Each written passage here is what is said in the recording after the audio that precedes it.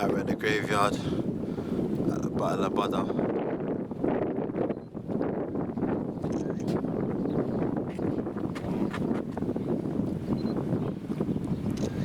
So the actual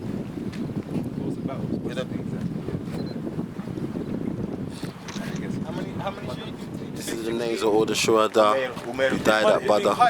Abi, Waqas, yeah. Safwan, yeah. Who's the first one to be killed? Yeah. Safwan. No, first name. Waqas, yeah, he's a little boy, he was a little child. Yeah, 16 months. Yeah, he cried in it once ago in the fight. First thing he got the Prophet's heart soft like.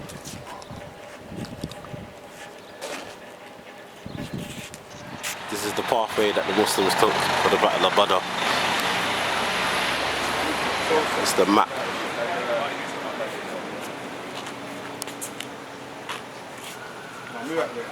حمزة عم الرسول صلى الله عليه وسلم ومصعب بن عمير وعبد الله بن جحش.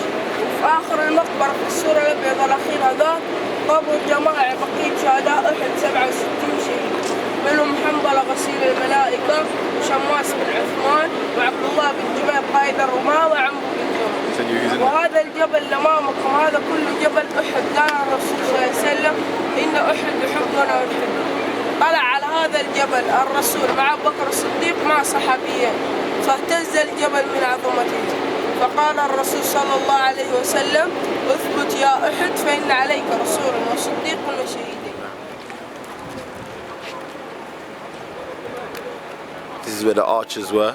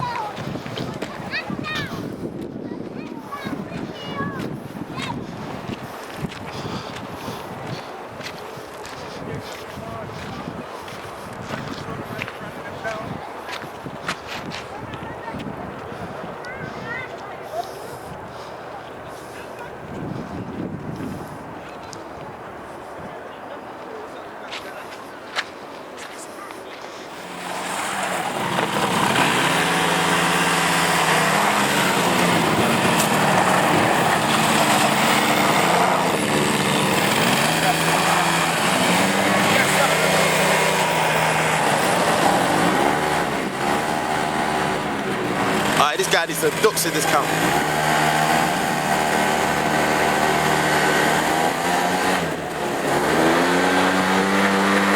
Right now we're just zopping on a couple quads. You see me?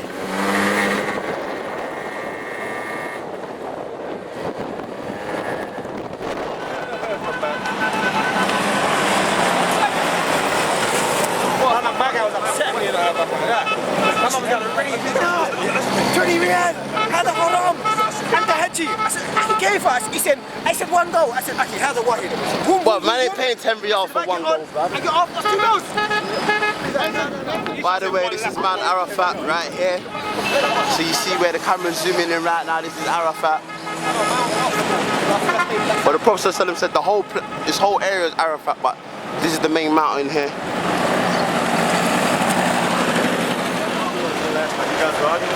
So my boy Massacre, man. That's your camel, baby. SubhanAllah. Right now we're at Mount Hira. This is where the Prophet ﷺ received his first revelation when the angel Jibril came to him here on this mountain.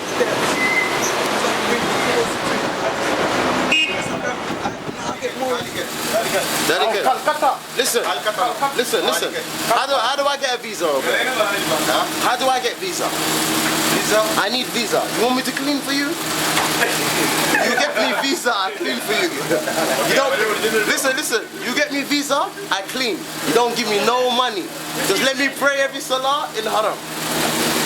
How do I get visa? I'm telling you. Yamis can't get visas on the end. They got mad visa over here. Okay, how do I get a visa?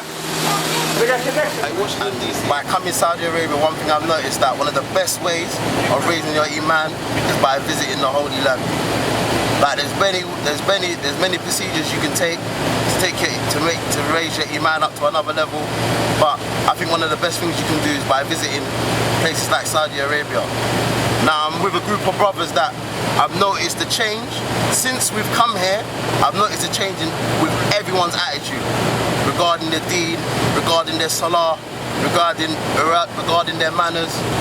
When you come to places like Saudi Arabia, it makes you realize that you know that you're doing the minimal to be Muslim. You might be in the UK, you might be in America, you might be in other places in the dunya, and you might be thinking, yeah, alhamdulillah, mashallah, I'm praying 5 times a day, I'm fasting and whatnot. But when you come to places like here, you realize that, you know, you meet people, they're sitting in the masjid all day, praying, sunnah prayers, reading Quran all day, doing dhikr, following janazah, collecting so much rewards that half of us around the world couldn't even collect, even if we tried. So one of the things that I've noticed by coming here is that it's a proper wake-up call for all of us to let us know that, look, we're doing the minimal. And another thing to make us understand that, don't feel like you're safe. Don't ever feel like you're safe in this thing. Don't ever feel like you're doing enough, like the brother said, because at the end of the day, subhanAllah, there's always other Muslims putting in a lot more work than you. And one sad thing that I noticed about coming out here is that there's a lot of old people out here. And mashallah, tabarakallah, like in the UK, we know that we got a lot of youth, and it's like, subhanAllah, like they don't want to come and visit Saudi. They don't want to come Mecca, they don't want to come Medina. And Allah knows best. You got a lot of brothers who are spending money going places like Jamaica, going America and whatnot. But when it comes to spending £500–600 to go Umrah, everyone's itching. And it's really sad, you know, because when you come here, you notice that majority of the people are old. And most of the young people are not here. And subhanAllah, it's not like we ain't got the money to go, because mashallah, we've got a lot of brothers driving nice cars in the UK. Got nice phones like iPhones, Blackberries. Brothers don't itch to spend £200–300 on a phone. When it comes to spending £500 to come and do a part of worship, do something what's related to our religion, brothers are itching. So subhanAllah, one advice that I give to the brothers is that for an Iman booster, visit Saudi.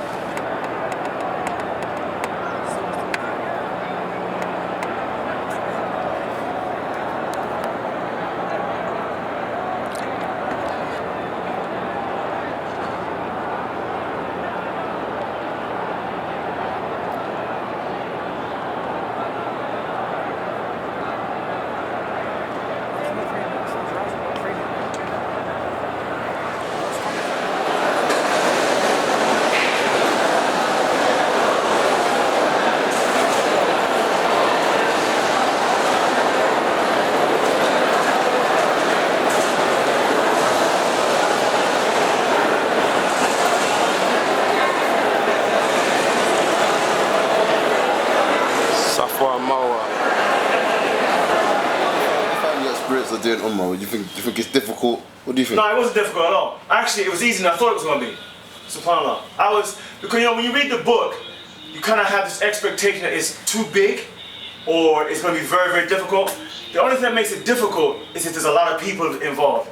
And the more people that are involved, then somehow you feel the pressure of making sure to keep up with the pace, or you maintain a particular pace. I was talking to a brother downstairs, Abdullah. He said he dropped his pass for his hotel room. I said, where did you keep your pass for your hotel room? He said, I kept it in my little book for dua. I said, well, that wasn't the smartest thing to do, because if it was crowded and he dropped that pass, he wouldn't have seen that pass again. So he dropped it, he was able to pick it back up and keep on going because it wasn't that crowded. But I think the toughest thing was probably Safa al-Marwa, because you had to go through one end, say dua 3 times, make your own dua, go back to the other end. That was longer than I thought it was going to be.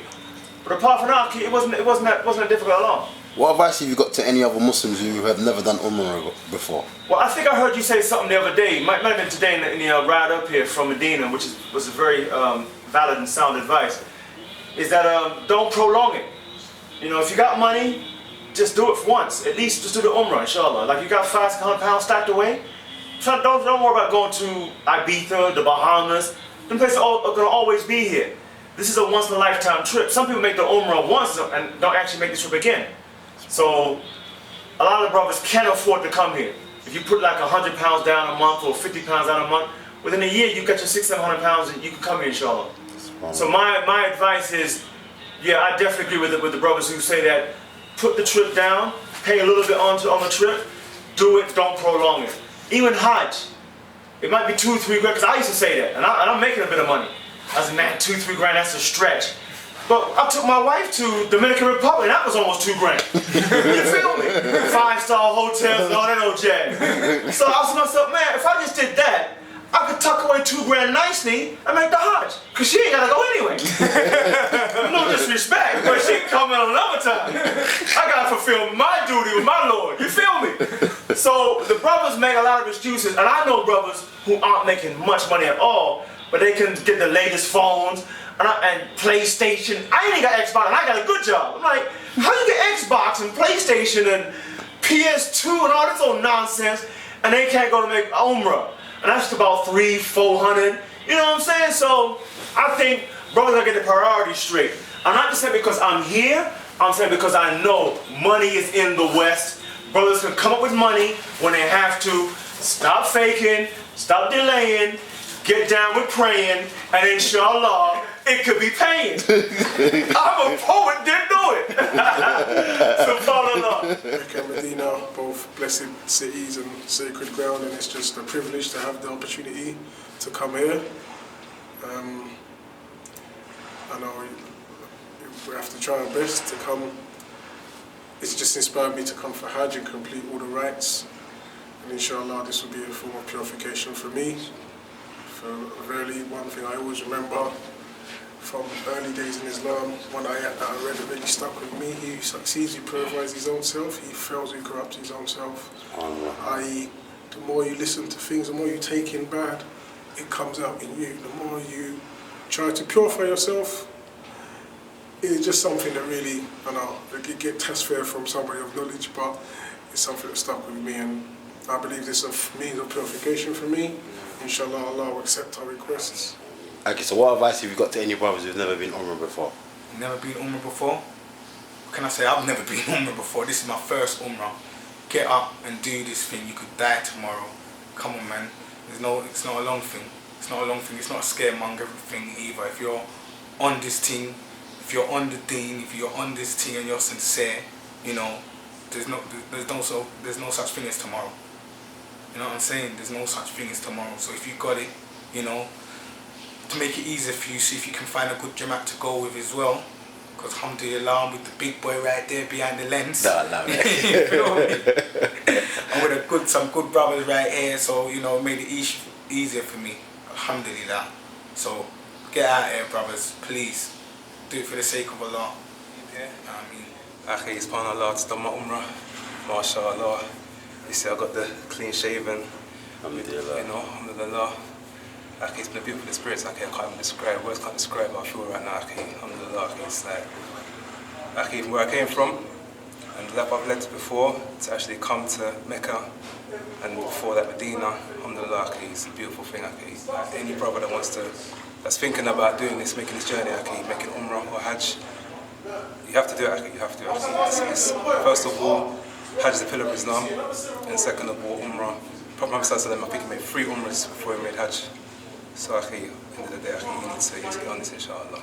How did you find doing Umrah? Did you find it hard? Akhi, it was quite easy, actually. I think the hardest thing, I think, was the pre-planning before it and the expectations and the, you know, not even panicking, but just like the excitement before it was quite difficult, Akhi. And I think also, like, you know, I think a lot of brothers may see like a very daunting experience, but it's so far from where they're living, it's so different, Akhi. Obviously, just seeing his brothers and sisters, Akhi. We saw signs, Akhi, that says Muslims only. You understand? There's no Kafirs at all, Akhi. It's Muslims, that's it. You understand? So, coming from where we live, which is more or less dunya, I might as well say, it's very, very difficult to fathom, to imagine what kind of lifestyle, you know, a Muslim can live on the Hajj, inshallah. So, coming here and seeing the Kaaba, very emotional experience, Akhi. Jazakallah khair.